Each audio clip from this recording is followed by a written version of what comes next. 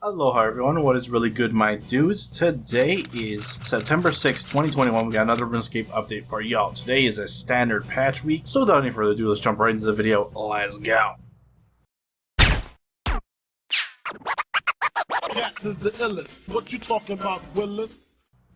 Alright guys, before we jump into the patches, I just want to mention that there are new skilling bundles on the marketplace. These are a one-time purchase with bonds. Currently there is a small pack as well as a large pack. In the small pack, costing you 1 bond, you'll get 10 pulse cores and cinder cores, 3 medium protean packs, 5 portable packs and combat dummies, 2 large skilling dummy crates, 1 box of clues, an aura refresh, and a life refresh. The large pack will be available for 3 bonds, giving you 30 pulse cores and cinder cores, 3 large protean packs, 15 portable packs and combat dummies, 6 large skilling dummy crates, 3 boxes of clues, 5 aura refreshes and life refreshes, 5 Slayer VIP coupons, 5 daily resets, 2 weekly resets and 1 monthly reset, a death touch darts, and 5 overloads. Both of these skilling bundles are available on the marketplace for purchase until 23:59 game time on September 25th. That said, let's now shift on over to those patch notes and see what's been updated with today's game update there. Starting off, we have the Glacial front. They've added a bank preset for Arch Glacial. Practice mode is no longer available. Adjusted the instance teleport coordinate in the Arch Glacial arena so players can surge straight away upon entering. Fixed an issue that was preventing the insane final boss achievement from unlocking correctly. The Arch Glacial boss will no longer drop bones. Fixed an issue where the incorrect armor values will be applied to the new enhanced tier 90 gloves upgrades introduced with the boss. Fixed an issue that was preventing the exposed core and glacial minions from working as expected at high enraged tiers during the fight. Added broadcast for frozen core of Lang and Lang artifact. Fixed an issue that meant Arch Glacial would die due to dot effects, which could kill players in certain situations. Fixed an issue with the Pontifex ring, reducing prayer-based damage resistance. Uncut Dragonstones now drop in noted form. Normal mode damage reduction no longer kicks in if you completed all the mechanics during the encounter. The effect of the enhanced nightmare gloves now correctly functions. The third beam of pillars and the ice mechanic in hard mode will no longer disappear and reappear. Manuscripts and scriptures of Wen now drop from the Arch Glacial in all scenarios. Triskelion drop from the Arch Glacial no longer multiplied by enrage or mechanic modifiers. Rejoining a hard mode instance after toggling it off will no longer place you in a pseudo hard mode encounter. Fixed an issue where sequential attacks from the same side of the Arch Glacial boss were not appearing, and the bolstering glacites no longer set the Arch Glacial's health when they die. Taking a look at the note in front, the Fractured Staff of Armadale has been added to the magic skill guide. The needle in the Colosseum in Santistan can now be examined. Achievements that require the boss to be killed in a certain way will no longer be awarded to players who join in the middle of the encounter. When a player dies in the wilderness with the died version of the Fractured Staff of Armadale equipped, they will leave the broken base version as loot. The overlapping abandoned siege engine in the note in front has been removed. The materials cart in the note in front has been moved slightly north. Looking at Santistan archaeology, time sprites are now visible when traveling between excavation spots in Santistan. Fixed some graphical issues where multiple archaeology icons were visible within Santistan, and decorative shovels in Santistan can no longer be interacted with. Taking a look at some quality of life improvements, Slayer and Reaper tasks in the activity tracker now include a weakness field in their description which highlights the most effective combat style. During a task, an icon for this weakness will replace its activity tracker icon. The text which appears when hovering over a Slayer counter if you are able to capture the target's soul and have not yet done so will now appear in the activity tracker description for that task. Slayer and Reaper tasks in the activity tracker now continue to display the name of the target when there are no kills left, instead of displaying no task. This makes it consistent with the Slayer/Reaper counter. Slayer and Reaper tasks in the activity tracker now refresh correctly if the target changes but the number of kills left remains the same. If fighting a boss will require you to be on a members world, an icon for this will now appear in the Beast tab under requirements. The requirements to reach, pass, and enter the God Wars dungeon are now described in greater detail across multiple icons for God Wars dungeon bosses. The hover/long press tooltip for various drinks now include a description of their specific stat buffs and debuffs. The tooltip for run energy potions and drinks now indicate the percentage of run energy restored instead of a solid integer. Renamed the Mature WMB to Wizard Mind Bomb M to be consistent with other mature drinks. Nettle Tea will now heal and restore run energy in all circumstances. Previously, it only restored run energy when the drinker had full health. Looking at the Berthorpe path, replace the unpopular RS3 default layout with the current new player layout so that players can experiment more freely. Rename the RS2 default layout default since there's now only one layout with the default title. Scripted environment overrides, such as those applied by specific areas or player-controlled skybox filters, now use the updated cube maps for more realistic metal reflections. Achievements for the Giant Mole, King Black Dragon, and Chaos Elemental no longer display memberships as a requirement, including in the boss path, as they can be completed in free-to-play. Fixed an issue where some of the optional Berthorpe paths couldn't be completed after completing the Path of Lumberage. The farming, herblore, and summoning paths are now listed in the Berthorpe and Taverley path book upon completing Turiel's Slayer path. Previously, they were unlocked by receiving certain drops available from Berthorpe trolls after completing the Slayer path. Prevented a UI tutorial from Slayer charm drops that occurred for certain players when killing cows in Berthorpe. On mobile only, the activity tracker UI tutorial that guides a new player onto the Berthorpe paths now guides them through pressing the static activity tracker button in the top left corner to open it. Desktop still starts where it always did, with the activity tracker forced on screen. Added a missing spotlight to one of the stages of Turiel's second combat interface tutorial on mobile. Fixed an issue where the archaeology UI tutorial referring to materials in the artifact restoration overlay wasn't attached to this overlay and therefore appeared out of bounds on mobile. Moving on to some other changes, the bossing path can now be removed from the activity tracker. If selected, it now advances to the next available boss in the path when the selected boss is first defeated. Fixed an issue where players could walk inside a rock in Davendale. Johannes has returned to both the cathedral and the node in front. It's no longer possible to equip the charm sack from the Nexus activity in the main hand slot. Players will no longer be assigned random Slayer tasks when wearing particular masks. The location of the Pyramid Plunder UI overlay has been moved so it does not obstruct the middle of the game screen. And finally, corrected an issue where some achievements that require specific skill levels were not marked as complete when logging in. That is it for your patch notes. Links to everything discussed in this video will be down in the description below. Head on over there, check them out. With that, I'm going to wrap up the video. If you enjoyed it, hit that like button. If you're not subscribed yet and you want to stay up to date on all things RuneScape related, then hit that subscribe button. Anyways, I appreciate you watching. I am out. Aloha.